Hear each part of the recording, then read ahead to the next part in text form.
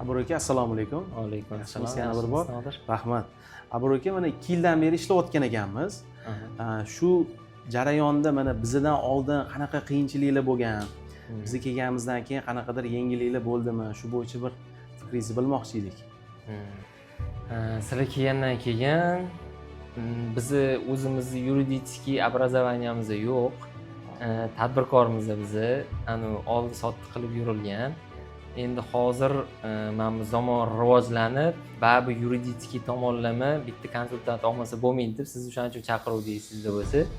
Misol uchun oldin unaqa yozuv-chizuv bitta odam bilan do'gur qilib, ishni alohida qo'y, o'rtoqchilikni alohida qo'y degan gap bo'lmas edi. Hamma, men senga ishonaman, sen menga ishonaman bo'lib ketaverardi.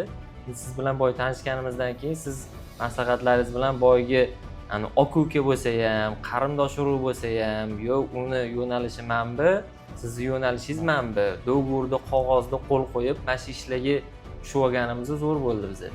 Siz bilan ishlaganimizdan keyin. Keyin Abur aka, mana hozir masshtablashayotgan yuridik masalalari yig'ilib ketayotgan tadbirkorlarga nimani tavsiya qilasiz? Endi agar o'zligisi qilishayotgan bo'lsa, u o'zi xon o'ziga bek. Sherikchilikda yoki yana boshqa nimadir franshizada ishlaydigan bo'lsa, обязательно u yoqda endi yuridiskiy qog'oz dokument kerak bo'ladi. Sherikchilik bu kim misol biznes qilayotgan bo'lsa, o'sha joyda aka gaplashib yoki qarindosh urug' gaplashib, o'sha sherikchilik masalalarini обязательно boyga qog'ozga tushirib olish juda foydali deb o'ylayman. Chunki kichkinaligida o'sha narsa bilinmaydi-da. Boyga o'zi kam topib turibdi, aka senga menga qilib turiladi. Keyin u kattalashib, biznes yiriylashgandan keyin, sen ko'proq ish qilsan, men ko'proq topganman bo'lib, keyin oraga sovuvchilik tushadi-da. Bundan ko'ra o'sha kichkinalik paytida kelishuvni qilib olsa, nima edi, выгодно deb o'ylayman-da. Keyin Abur aka, mana kundalik ham ishlar chiqadi-yu, masalalar. Ko'pchilik endi odatda buxgalterga aytadi, "Sen qila qolgan, mana yurist kerak emas bizga" deb. Shu narsaga qanaqa qaraysiz? Buxgalter u hisobchi-da, buxgalter. U pulni o'tqiz, pulni oldingmi, qani hisob-kitob, qancha mashalariga javob bersa, sizning ishingiz boyga qonun hozir bizga tadbirkorligi juda yengilliklar bo'lib, qonunlar o'zgaryapti.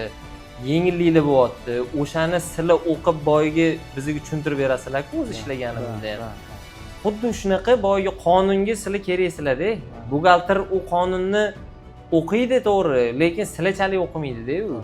Sizlar oldin nima foiz qanaqa edi, mana misol oddiy 12% ham 6% ga tushirishdi hozir, shuni hisob-kitobini qildik, выгодныйлigi shundoq ko'rinib, yavni yasni bo'lib turibdi.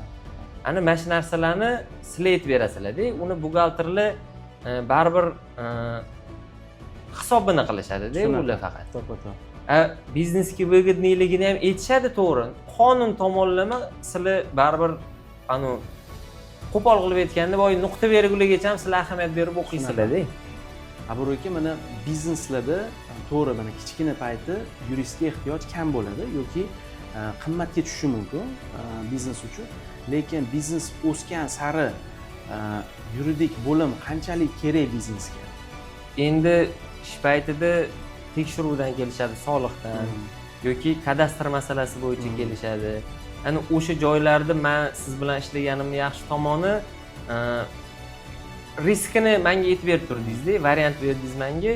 Abror aka, mana buni qilsangiz, mana bunaqa risk, mana buni qilsangiz, mana bunaqa risk. Tanlov o'zimda bo'ldi. Mana bunaqa yo'li bilan yuramiz dedi, qonuniy yo'li bilan.